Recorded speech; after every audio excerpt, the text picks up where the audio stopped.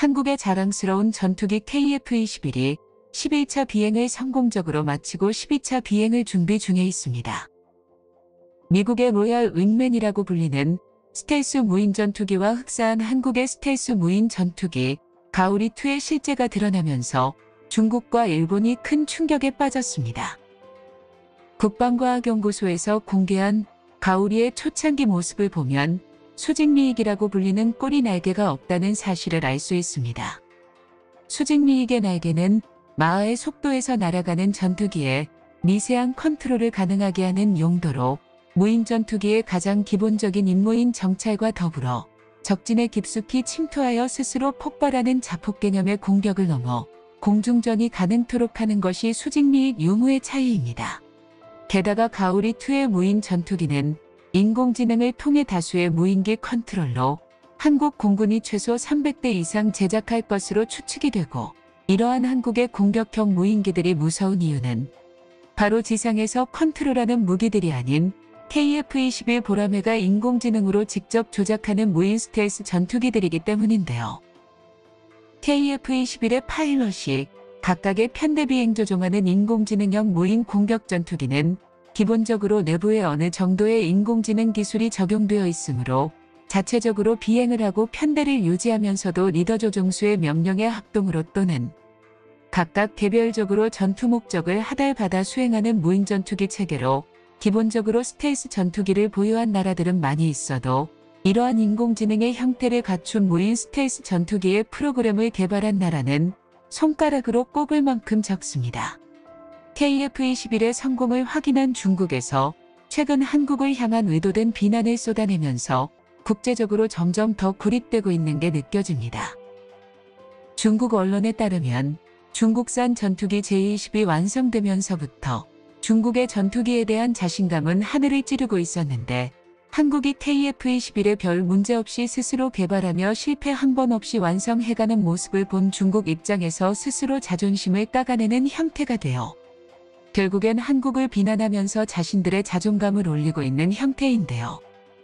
대표적인 외로 미국에서 개발을 하다가 중단된 복좌형의 전투기 개발을 중국이 세계에서 단독으로 진행하고 있었는데요. 갑자기 한국에서 복좌형의 KF-21의 개발과 같이 무인 스텔스 전투기를 개발한다고 하니 중국에서 난리가 난 겁니다. 다행히도 아직까지 한국의 KF-21 개발이 완료가 되지 못해서 아직까지 방심하는 모습을 보이지만 언제 돌변할지 모르는 일입니다. 중국산 제-20 전투기의 스텔스 무장창에 치명적인 문제가 발생하여 생산된 20여 대가 리콜에 들어갔는데요. 중국 역시 기술 후발국답게 국가에서 정책적으로 개발을 전폭적으로 밀어주고 있음에도 아직까지 제대로 된 전투기용 미사일 발사 체계조차 개발하지 못하고 있는 상황입니다. 한국군은 국산 KF-21 전투기와 무인 스텔스 전투기와 가오리-X의 유무인 복합체계 운용 방식을 체계적으로 운용하게 될 것이라고 국방과학연구소가 발표했습니다. 이것은 인공지능을 활용해 무인 스텔스 전투기가 스스로 적 방공망을 뚫고 들어가거나 KF-21 전투기와 동일한 장거리 공대지 미사일을 장착해 순간화력을 높이는 용도로 개발을 진행 중인데요. 적군의 핵심 시설을 타격하면서 공중전까지 벌일 수 있는 첨단 무인 체계까지 발전시키며 대한민국의 소중한 인재인 파일럿을 지키며 대신 자폭 공격까지 가능한 KF-21 플랫폼을 기반으로 한국형 무인 스텔스 전투기가 우리 눈앞으로 다가왔습니다. 게다가 국방과학연구소에서는 이런 무인 스텔스 전투기의 내부 무장창과 애프터버너를 통해 진정한 무인 스텔스 전투기로 발전해 나갈 예정이라고 했는데요.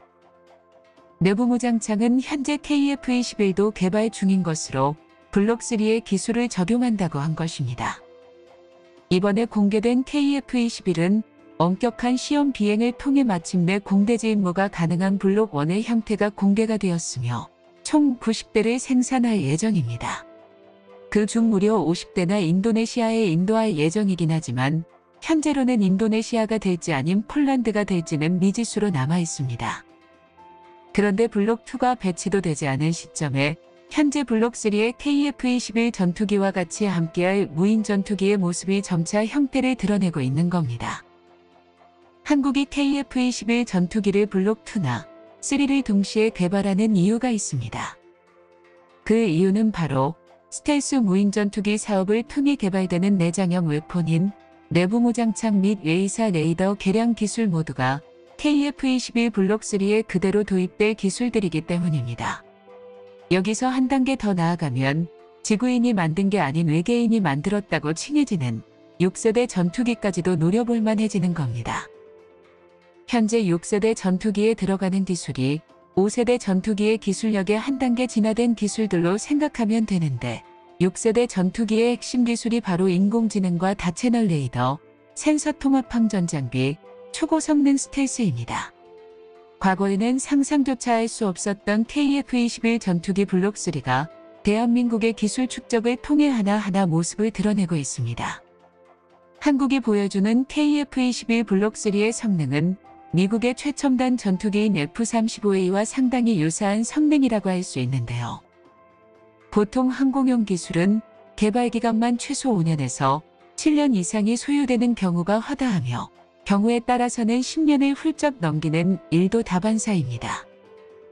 지금부터 블록 3 개발 계획을 만들고 실제로 개발을 시작해야만 2030년대에 본격적으로 블록 3 개발 사업을 시작할 수 있다는 한국항공우주 산업의 판단하에 블록 3 개발이 시작된 것이죠.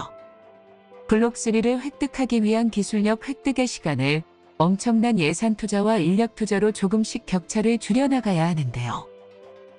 결정적으로 한국형 스텔스 무인 전투기인 UAV의 개발 사업을 활용해 KF-21 블록 3와 무인 전투기에 사용할 수 있는 내부 무장창을 개발 중인 것으로 확인되었습니다.